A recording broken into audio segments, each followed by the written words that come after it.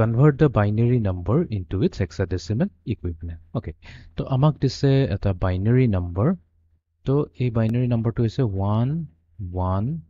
1 1 1 1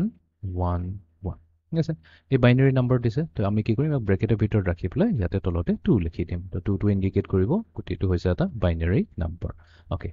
নহলে কাৰণটো দেখা তেনেকুৱা লাগে যদি 2 নিলিখো তো এটা ডেসিমেল নাম্বাৰ টাইপৰ লাগে ৰাইট এনেকা ডেসিমেল লাগে বোলে 1 crore 11 lakhs 11111 ৰাইট তো সেইকাৰণে আমি ইয়াতে 2 লিখাটো বহুতেই দৰকাৰ এতিয়া আমাক কৈছে যে এই নাম্বাৰটোৰ হেক্সাডেসিমেল ইকুইভ্যালেন্ট কি হ'ব হেক্সাডেসিমেল মানে যাৰ হৈছে বেস 16 ওকে তো আমি কি কৰিম এই বাইনাৰী ষ্ট্ৰিংটোক আমি আকৌ এবাৰ লিখি লম তো আমাৰ তাত আছে টোটাল 8টা 1 এনেকা 8 বিট নাম্বাৰ হয় 1 2 3 4 5 6 7 8 এতিয়া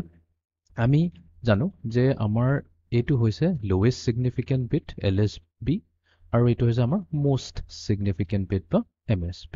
তো আমি কি কৰিম আমি চাৰিটা বিটৰ গ্ৰুপ এটা বনাম আমি LSB to MSB ৰিড কৰিম তো ইয়াতে 1 2 3 4 এই চাৰিটা বিট আমি এটা গ্ৰুপ লম আৰু এটো আমাৰ কাৰণে এটা গ্ৰুপ হৈ যাব আৰু বাকিখিনি কি আছে 1 2 3 4 ইয়াতো আছে চাৰিটা তো এটো হৈ যাব আমাৰ সেকেন্ড গ্ৰুপ এটি ইচ গ্ৰুপৰ কাৰণে আমি ইয়াৰ কৰেসপন্ডিং হেক্সাডেসিমেলটো লব লাগিব তাৰ মানে কোৱা হৈছে এটোৱে যে 1111 যদি আমাৰ তাত এটা বাইনাৰী থাকে এই বাইনাৰীটোৰ হেক্সাডেসিমেল ইকুইভ্যালেন্ট কি হ'ব এতিয়া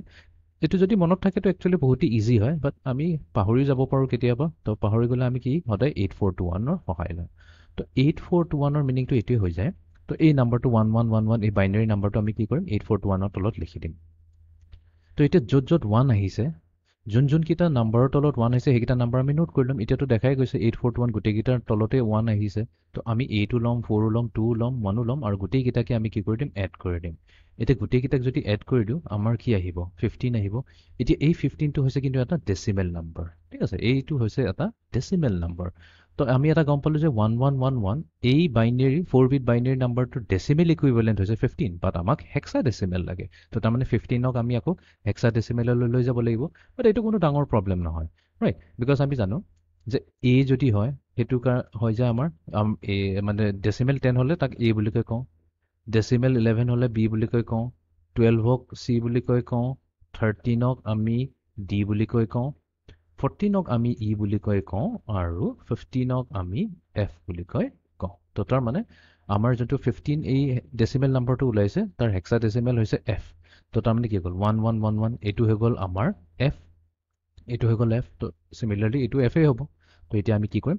MSB আহিছে আমাৰ f এতিয়া এটো MSB হৈ যাব MSD হৈ যাব তেতিয়া এটো হৈ যাব আমাৰ most significant digit because আমি hexadecimal কথা পাতি আছো আৰু এটো হৈ যাব আমাৰ least significant digit তো প্ৰথমতে MSD লিখিলো তাৰ পিছত আমি LSD টো লিখি দিলো তো FF তো তাৰ মানে এই যোনটো বাইনাৰী নাম্বাৰ দিছে 1111 1111 তো এই বাইনাৰী নাম্বাৰটোৰ হেক্সাডেসিমেল হৈছে FF